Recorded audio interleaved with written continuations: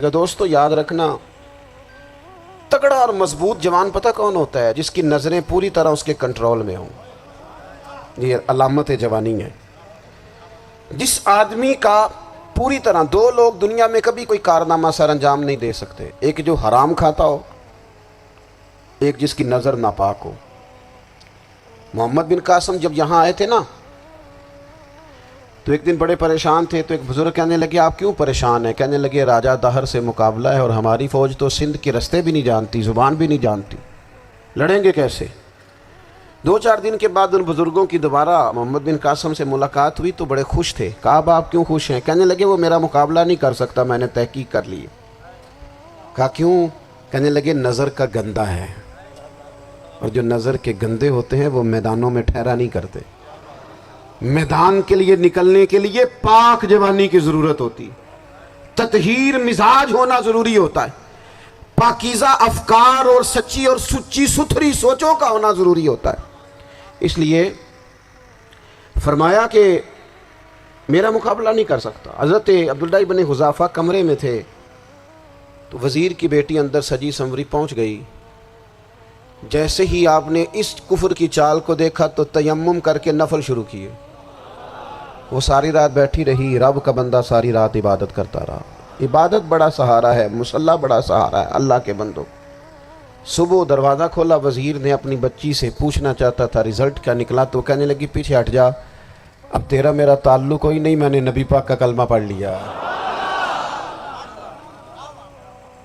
اس نے کہا میں نے بھی زمانہ دیکھا ہے، پر یہ کیا لوگ ہیں، کستوری کے بنے ہوئے، سندل سے دھلے ہوئے، کہ میں ساری رات کمرے میں رہی اور 100 اور 1000 آدمی جس جوان کا مقابلہ نہ کر سکے، اتنا طاقتور جوان کمرے میں رہا اور اس نے نظر اٹھا کے نہ دیکھا۔ او کچا رنگ للاری والا جڑا چڑھدا تے لیندا رہندا ہے، اے عشق تیرے دا رنگ محمد چڑھیا پھر نہیں لیندا۔ میں کہا ایک دفعہ نظر اٹھا کے نہیں دیکھا، کمال ہو گئی۔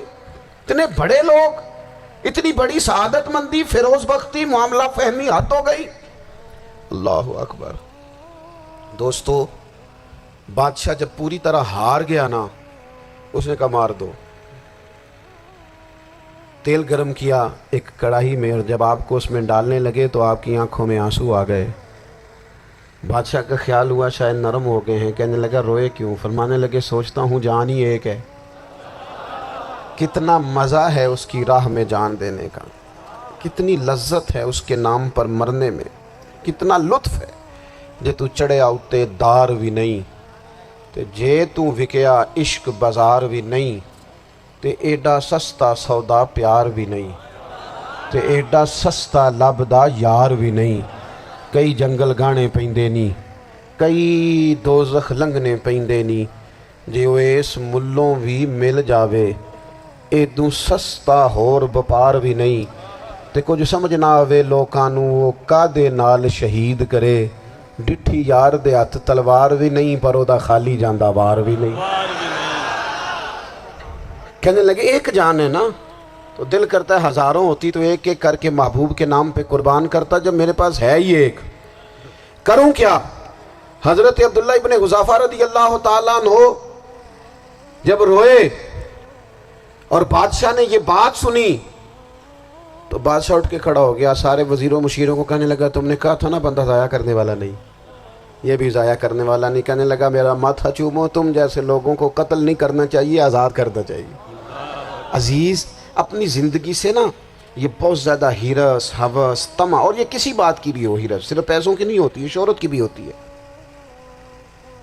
یہ بیماری انسان کو اقتدار کی بھی ہوتی ہے، تعریف کی بھی بیماری ہوتی ہے، یہ سارے نقص ہوتے ہیں لوگوں کو، اور معاذ اللہ بعض جبوں کبوں کے اندر بھی ہوتے ہیں، وہاں بھی پنپتے ہیں۔ اپنی زندگی جب تک اس سادگی میں نہیں لاؤ گے جو رسول پاک نے عطا فرمائی ہے، جب لوگ آسانیوں میں پوری طرح الجھ گئے تو پھر وہ دور ہوئے اور کفر چڑھ گیا۔ دوسری بات، اللہ کے محبوب صلی اللہ تعالی علیہ وسلم کی محبت ہم سے تقاضا کرتی ہے کہ ہم اس مشن کے لیے کام کریں جس مشن کے لیے رسول پاک نے کام فرمایا ہے۔ ہم سارے کام بڑی مضبوطی سے، سوچ سمجھ کے، تدبر سے، حکمت سے، تقاضوں کو مد نظر رکھتے ہوئے کرتے ہیں سارے کام. دین کے کام میں ہمارا مزاج نہیں ہوتا. او ہو جائے گا جی، آپ بسم اللہ پڑھیں جی، شروع کریں جی. آپ تقاضوں کو سمجھیں، چیزوں کو دبائیں نہیں، چیزوں پر غور کریں. کسی کے ذہن کی سطح پر سوال ابھرتا ہے، اس کا تسلی بخش جواب دیں. اپنی زندگی میں دین کے کام کے لیے اپنے آپ کو وقف کریں. اور دین کے کام کے بہت سارے پہلو ہیں. ہزاروں لوگوں کو قرآن پاک ٹھیک پڑھنا نہیں آتا. ہزارہ لوگ ہیں جو قرآن مجید کے مطالب سے آگاہ نہیں ہیں. دین کی بنیادی ضروریات سے لوگ نابلد ہیں. میں آپ کو کس طرح یہ بات سمجھاؤں کہ ہزاروں کی تعداد میں طلاقیں اس لیے ہوتی ہیں کہ مردوں کو طلاق کے مسئلے نہیں آتے. انہیں پتہ نہیں ہے کہ مجھے حقوق زوجین کے معاملے میں کیسے چلنا. ڈھیر سارے گھروں میں تباہی اس لیے ہے کہ تربیت اولاد کا دینی منہج ہمیں نہیں پتا. اپنا حصہ ملائیں دین کے کام میں. ایک آدمی کو اگر تو نمازی کرنے میں کامیاب ہو گیا، تیری زندگی بدل گئی.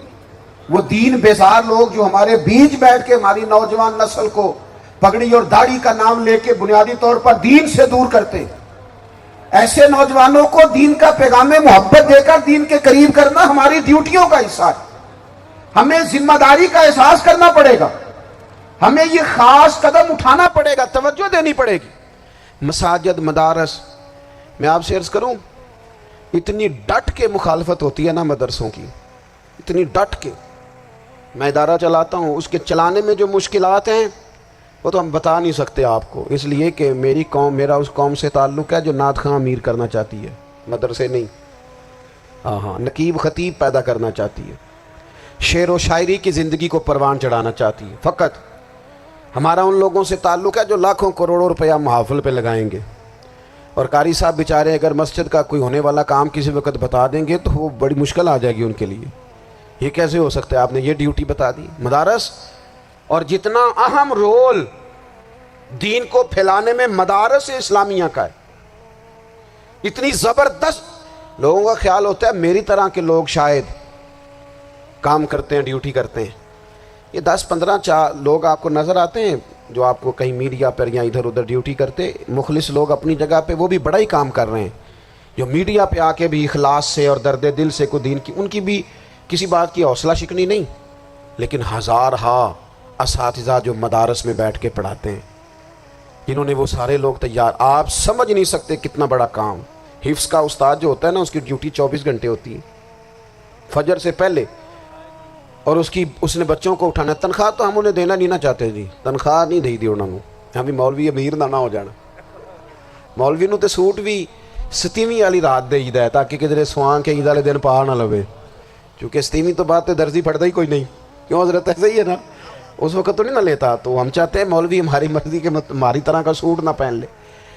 مدارس کی مضبوطی آپ یہ دیکھ لیں، یہ صلاح الدین ایوبی کا تعلق بھلا کس چیز سے تھا؟